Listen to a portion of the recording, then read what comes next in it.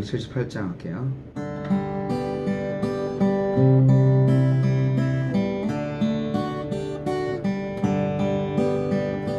여러 해 동안 주 떠나 세상 연락을 즐기고 저 흉악한 죄에 빠져서 주 은혜를 잊었네. 사랑의 예수님, 내 맘을 고엽니다. 곧 들어와 나와 동거하며 내 생명이 되소서. 죄악에 죽을 인생을 심히 불쌍히 여기사 저 하늘의 영광 버리고 이 세상에 오셨네. 사랑의 예수님, 내 맘을 고엽니다. 곧 들어와 나와 동거하며 내 생명이 되소서. 공포를 입은 구주는 가시면류관 쓰시고 저 십자가 높이 달리사 그 아픔을 참았네. 사랑의 예수님, 내 맘을 고엽니다. 곧 들어와 나와 동거하며 내 생명이 되소서.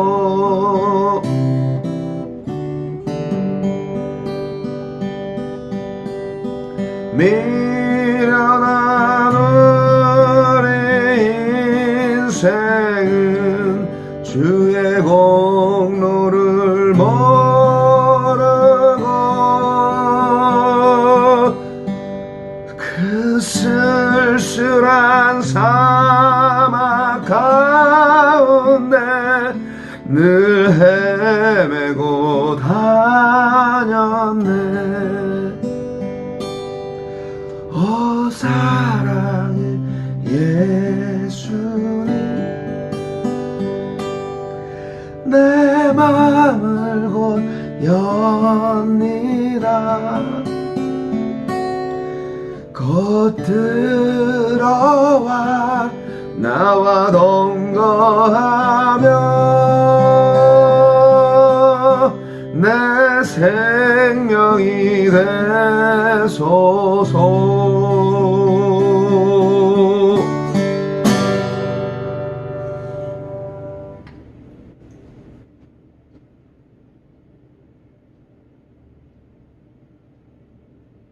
하나님의 놀라운 사랑, 오늘 아침도 말씀으로 풍성한 시작을 허락하시니 감사합니다.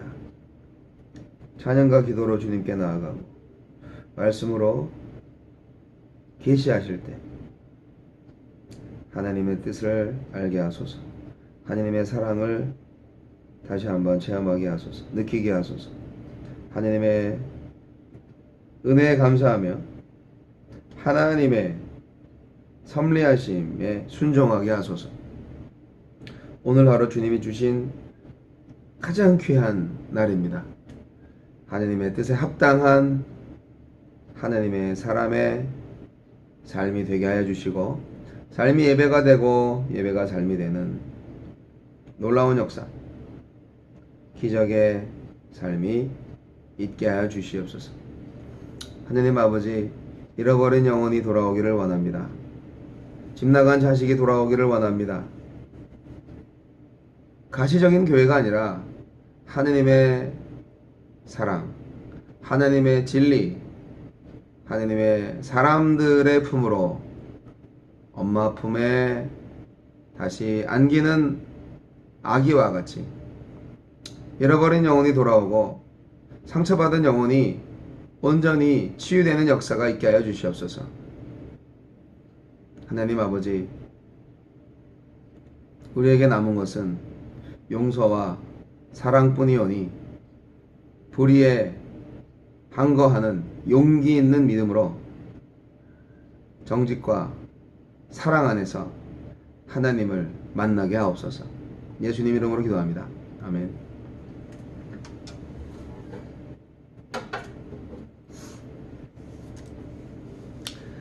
마태복음 18장 11절로 20절, 오늘 4월 20일 수요일 아침인데요. 마태복음 18장 11절로 20절 말씀 읽겠습니다.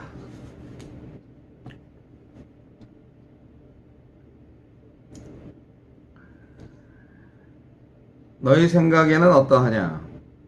만일 어떤 사람이 양 100마리가 있는데 그 중에 하나가 길을 잃었으면 그 99마리를 산에 두고 가서 길 잃은 양을 찾지 않겠느냐? 진실로 너희에게 이르노니 만일 찾으면 길을 잃지 아니한 99마리보다 이것을 더 기뻐하리라. 이와 같이 이 작은 자 중에 하나라도 잃는 것은 하늘에 계신 너희 아버지의 뜻이 아니니라. 내 형제가 죄를 범하거든 가서 너와 그 사람과만 상대하여 권고하라. 만일 들으면 내가 내 형제를 얻은 것이요, 만일 듣지 않거든 한두 사람을 데리고 가서 두세 증인의 입으로 말마다 확증하게 하라. 만일 그들의 말도 듣지 않거든 교회의 말하고 교회의 말도 듣지 않거든 이방인과 세리와 같이 여기라. 진실로 너희에게 이르노니 무엇이든지 너희가 땅에서 매면 하늘에서도 매일 것이요, 무엇이든지 땅에서 풀면 하늘에서도 풀리리라. 진실로 다시 너희에게 이르노니 너희 중에 두 사람이 땅에서 합심하여 무엇이든지 구하면 하늘에 계신 내 아버지께서 그들을 위하여 이루게 하시리라. 두세 사람이 내 이름으로 모인 곳에는 나도 그들 중에 있느니라. 아멘.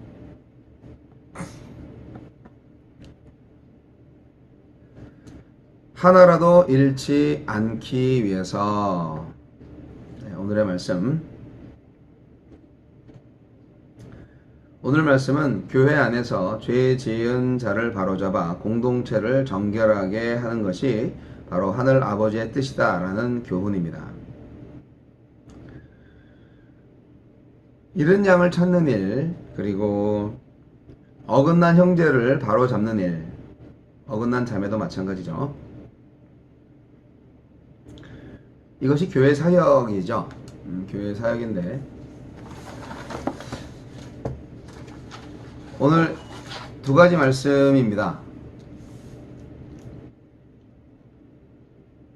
실족하는 자한테 닥치는 화에 대해서 어제 말씀에서 다룬 거에 이어서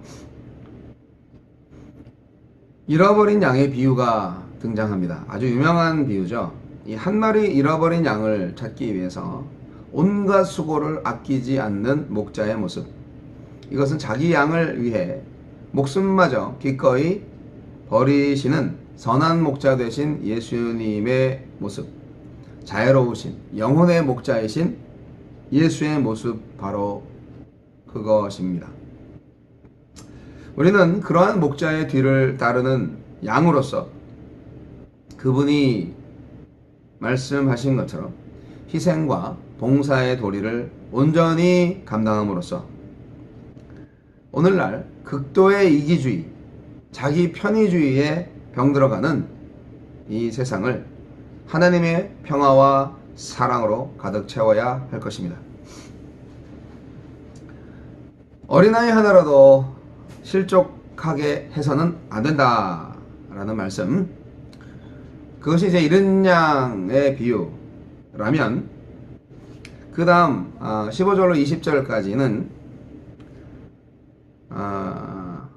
그럼 범죄한 형제 자매한테는, 범죄한 지체에 대해서는 어떻게 해야 되냐, 이 부분에 있어서 아주 공식적인, 아주 정경적인 원리를 말씀해 주고 있습니다. 우리는 예수님의 가르침대로 어떻게든 한 사람이라도 더 구원에 이르도록 때를 얻든지 못 얻든지 불신자에 대해서는 전도해야 됩니다. 그리고 범죄자에 대해서는 권면을 해야 되겠죠. 그런데 이 현실의 성도의 공동체는 사실 불완전합니다. 천국에 가야 완전해질 수 있죠. 그래서 우리의 공동체 안에 사실 공동체 속에 섞여 있는 사람들이 있어요. 교회 안에 불신자들이 섞여 있어요. 일시적으로 또 불신 가운데 방황하는 사람들이 있을 수도 있어요. 그렇기 때문에 교회의 순수성을 지키기 위해서는 이러한 죄악된 요소들을 확실하게 정리해야 하는, 다뤄야 하는 그런 노력이 필요합니다. 교회가 깨끗해야 되잖아요. 우리 병원에 가면 소독약 냄새가 납니다. 각종 병원균이 득식을 거리기 때문에 손도 항상 닦아야 되고, 병원에 가서 병을 옮아서 오는 경우도 있죠. 네. 교회도 마찬가지라고 생각합니다. 온갖 죄인들이 득식을 거리는 교회이지만, 그러나 정작 교회는 그러한 죄인들을 정화시키고 그러한 죄인들을 불러서 의인으로 만들어가는 역할을 해야 되는 것이죠. 그래서 교회가 능력이 있어야 되는 거예요. 환자가 왔는데 병을 고치지 못하는 병원이라면 문 닫아야죠. 교회도 마찬가지입니다. 교회도 죄인이 왔는데 기도하고 권면하고 사랑하고 보살피고 그래야 되는데, 그래서 안 고쳐지면, 교회에 왔는데 구원받지 못하면 교회 존재 이유가 없는 거죠. 가짜 교회죠. 아이고 주여. 네. 오늘 말씀 안에서 징계 문제에 대해서 이제 교훈을 좀 받기를 원합니다. 오늘날 많은 교회들이 은혜 지상주의로 가는 거 아시죠? 영적인 교회의 순수성을 지키기 위해서 우리는 흔히 말하는 은혜의 지상주의로 가는 것을 막아야 합니다. 진정 잘못한 형제에게 정당한 권고를 줘야 되고요. 권징을 해야 됩니다. 징계를 해야 됩니다. 그것이야 바로 그 형제가 잘 되게 하는 일이에요. 정말 사랑한다면 죄 지은 자를 지적하고 분별하고, 물론 끝까지 기도하지만 바로잡아 주려고 노력해야 합니다. 그리고 더 이상 그가 공동체에게 영향을 미쳐서 공동체 전체가 죄로 물들지 않도록 격리시켜야 합니다. 이 부분이 참 오늘날 교회에서 하지 못하는 일입니다. 저는 이것을 최소한 교회에서 한 6개월에 한 번씩 교인 재적을 정리해야 하는 사역으로 적용할 수 있다고 생각합니다. 6개월 동안 교회 한 번도 출석을 안 하는데 교회 재적 인원으로 삼으면 안 되죠. 편지 보내고 더 이상 출석이 없거나 그에 상응하는 리스폰스가 없을 때는 제적을 하도록 하겠습니다. 그렇게 이제 통보를 해야 되겠죠. 그래서 해마다 교회 구성원들을 정확하게 정리해 나가는 것이 필요합니다. 네.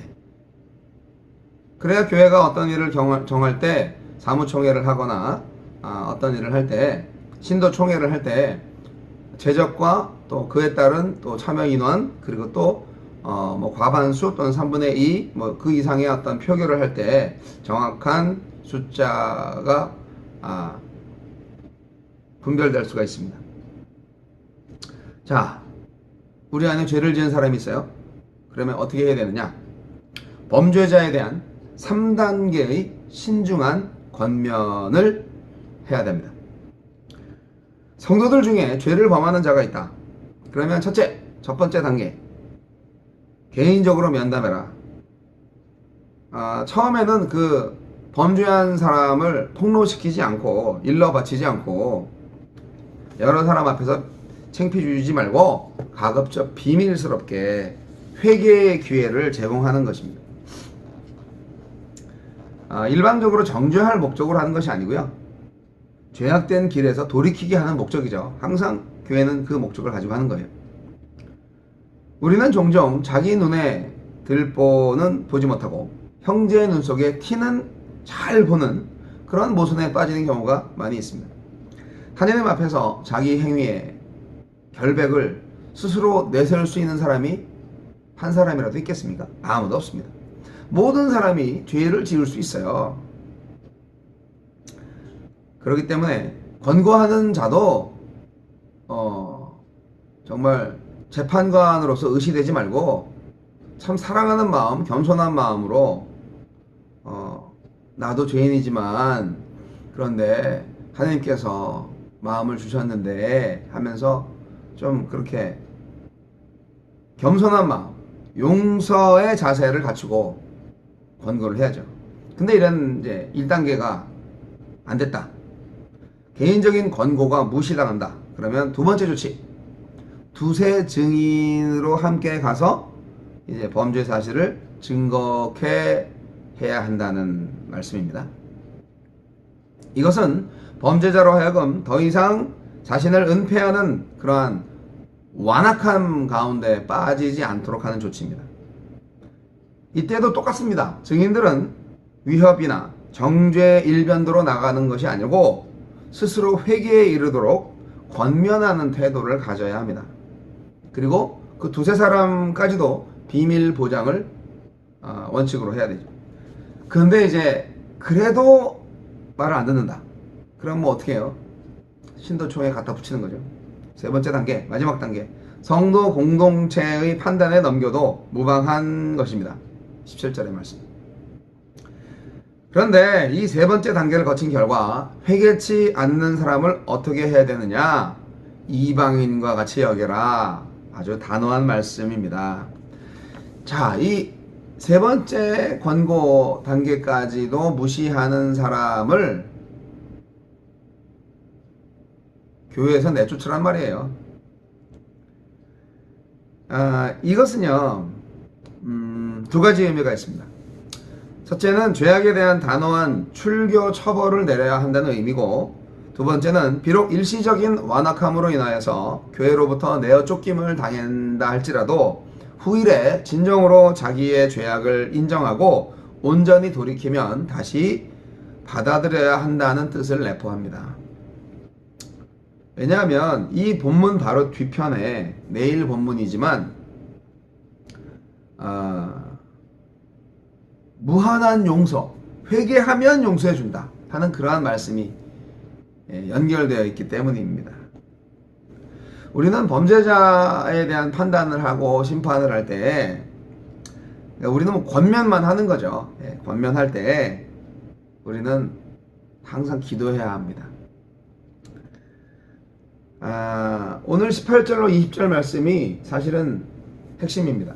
진실로 너희에게 이르노니 무엇이든지 너희가 땅에서 매면 하늘에서도 매일 것이요 무엇이든지 땅에서 풀면 하늘에서도 풀리리라. 진실로 다시 너희에게 이르노니 너희 중에 두 사람이 땅에서 합심하여 무엇이든지 구하면 하늘에 계신 내 아버지께서 그들을 위하여 이루게 하시리라. 두 사람이 땅에서 합심하여 무엇이든지 구하면 형제의 용서를 위해서 구하라는 얘기예요. 뭐 그런 거 있잖아요. 왜 복권 당첨되기 위해서 두 사람이 합심해서 기도하라는 얘기가 아니고요. 이 전체 공동체 구성원의 죄를 어떻게 해결할 것인가에 대한 부분에서 나오는 얘기예요. 그 사람을 위해서 두 사람이 정말 땅에서 합심해서 구하면 그 형제가 돌이킬 수 있지 않겠냐. 그리고 바로 두세 사람이 내 이름으로 모인 곳에는 나도 그들 중에 있느니라 말씀이 여기에 있는 거예요. 용서에 관한, 그래서 이 교회는 용서가 전문이어야 해요. 용서해 주는 거가 아주 참 가장 잘하는 거여야 해요. 범죄자의 회개를 간구하는 중보 기도예요. 그가 죄를 깨닫고 돌이키게 해주세요. 정말 형제 자매를 사랑하는 마음으로 하는 거예요. 그가 결국 세 번째 단계에서 출교를 당할 수밖에 없는 상태에 갈지라도 그를 위해서 항상 기도하고 사랑하기 때문에 쫓아내는 거는 너무 귀중한 교훈이 아니겠어요? 그 사람도 그걸 알아야 돼요. 근데 제가 그렇게 생겨먹은 걸 어떡합니까? 제가 그렇게 죄를 지을 수밖에 없고 저는 그 죄 짓는 게 너무 좋은데 어떡합니까? 그러면서 떠나는 뒷모습을 우리는 봐야 되겠죠. 그러나 항상 돌아오라고 기도해야 됩니다. 그게 교회입니다.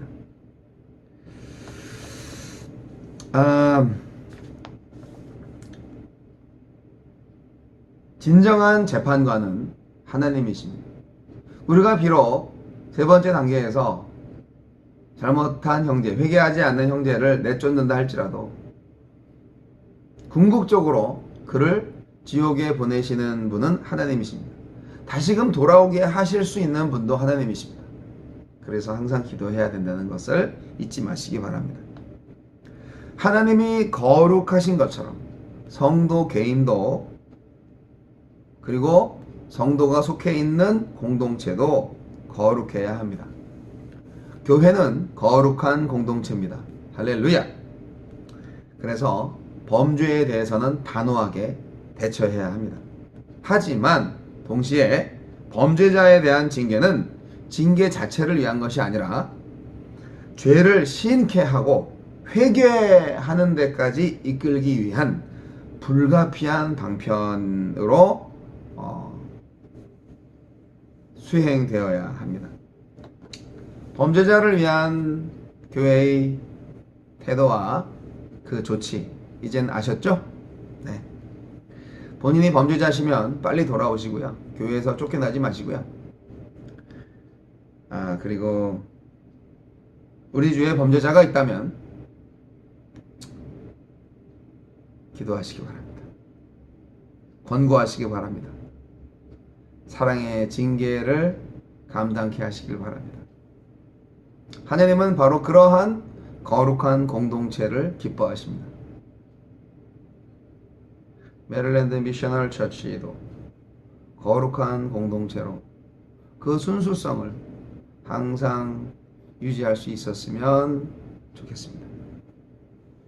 하나님 아버지, 오늘도 살아계셔서 역사하시는 주님, 사랑은 진리와 함께 기뻐한다는 말씀을 하셨지요.